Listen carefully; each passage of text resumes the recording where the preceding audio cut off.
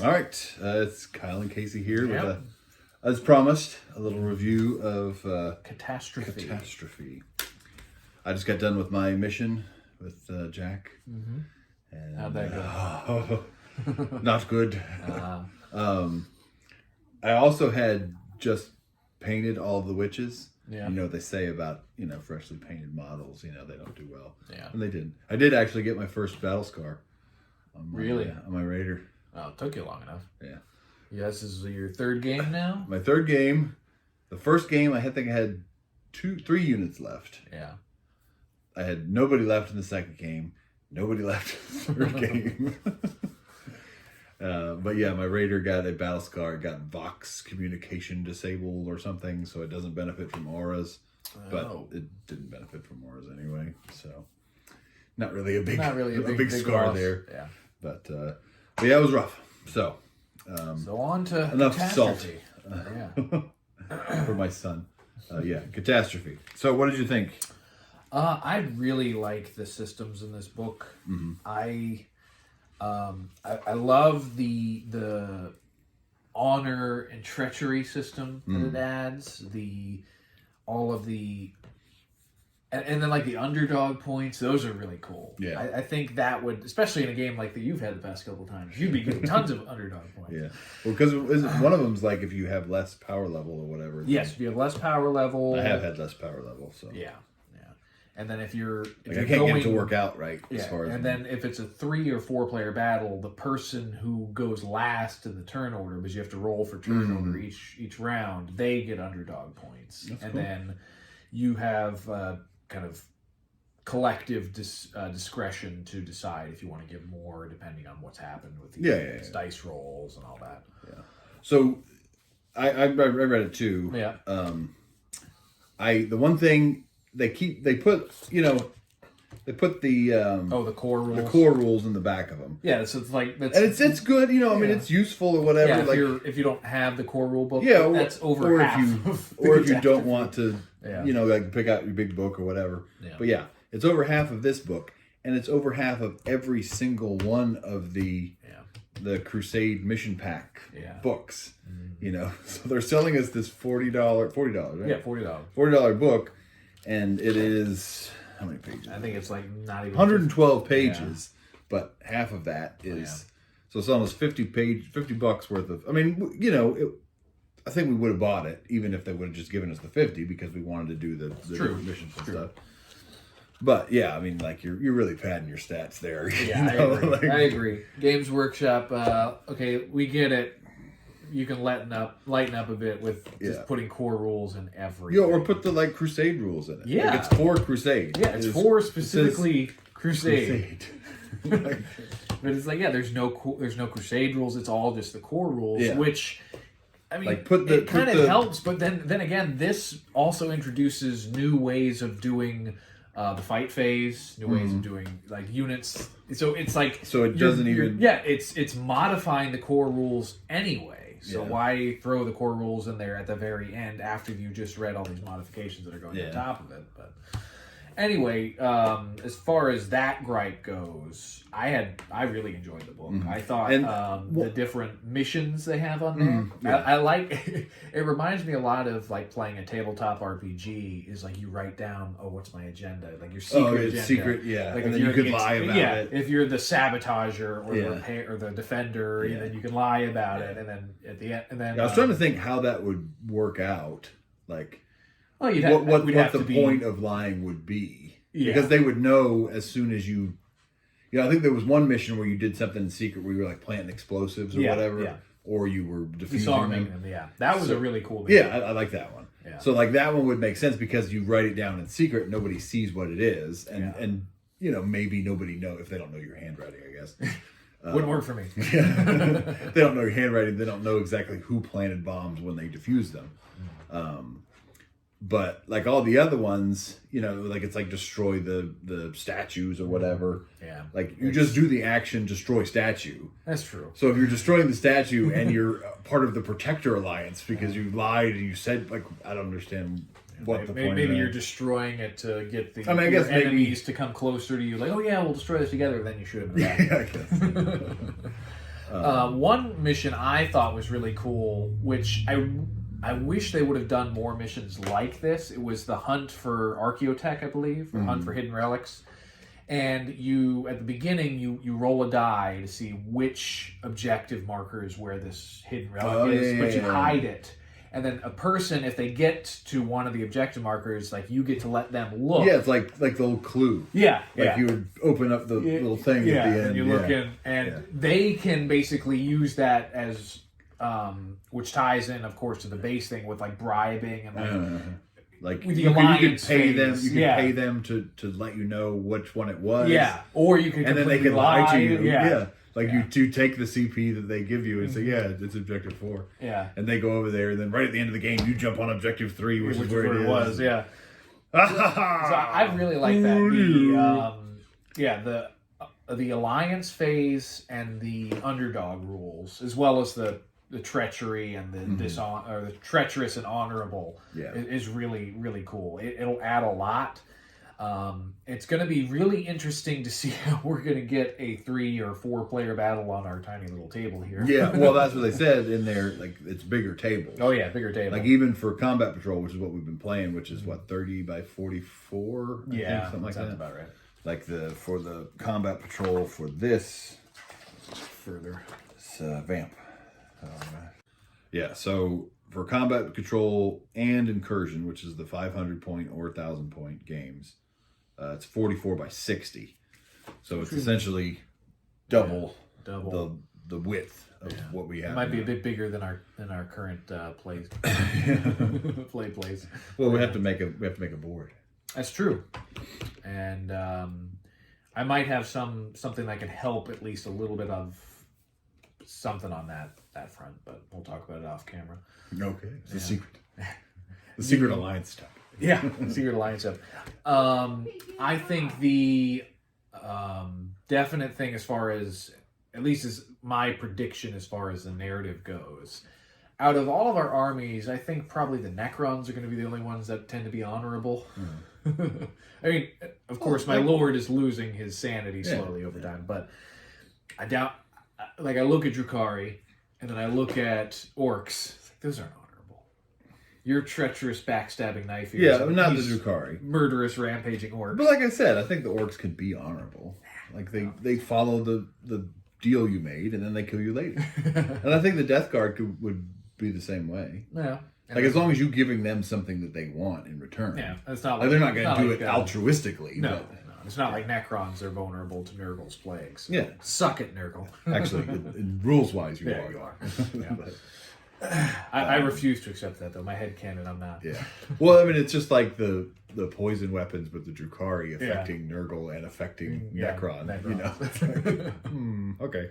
But the thing that I was going to say, I remember you talking about this story, the Octarius story, back forever ago. Yeah. Like about the Inquisitor that, pitted the orcs against the Tyranids or whatever.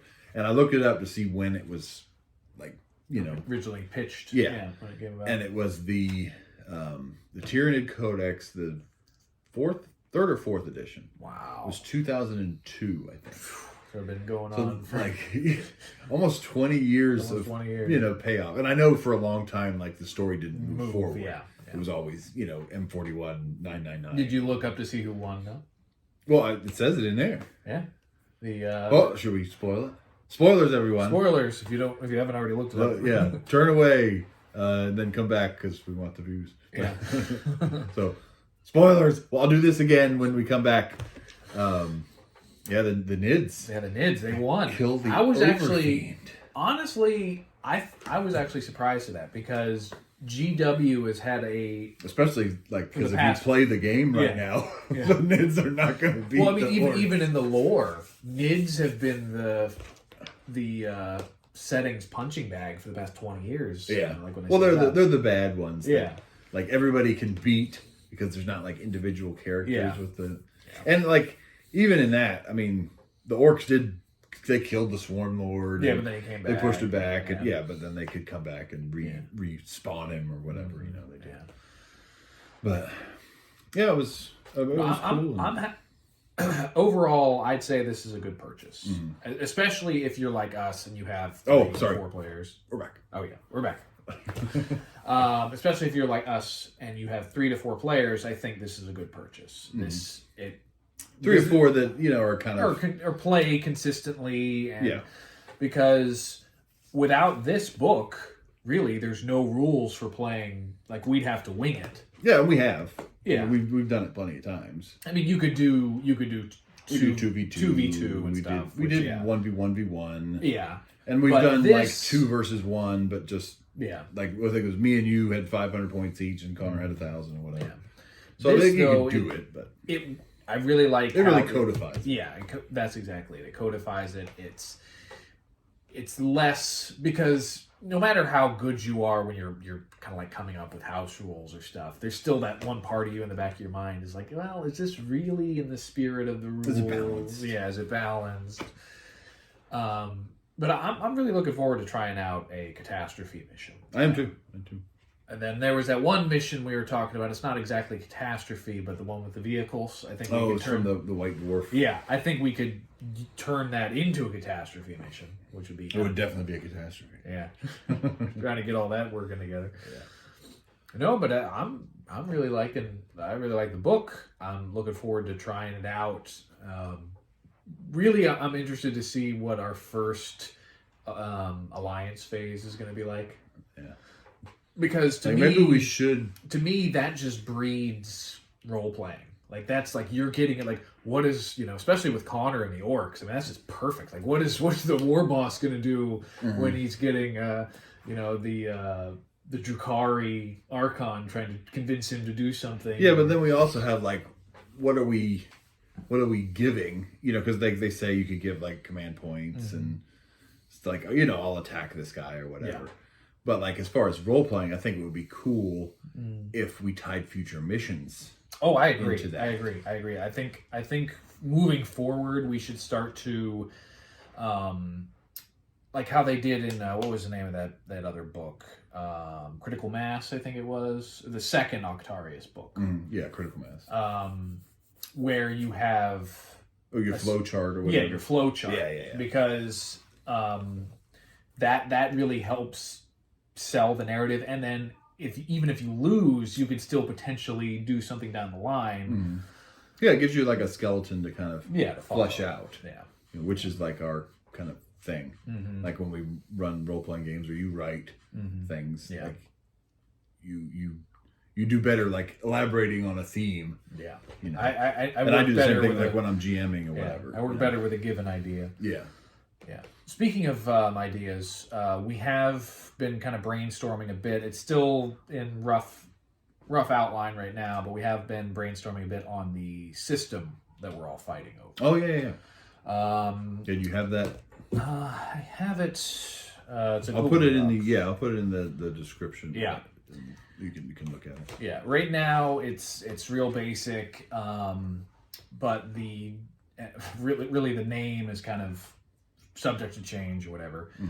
But the basic premise is that it's a system with I believe there's a Mercury-like planet in the it's got 3 planets total. So it's got a Mercury-like planet really close to the star. It's an average sun-sized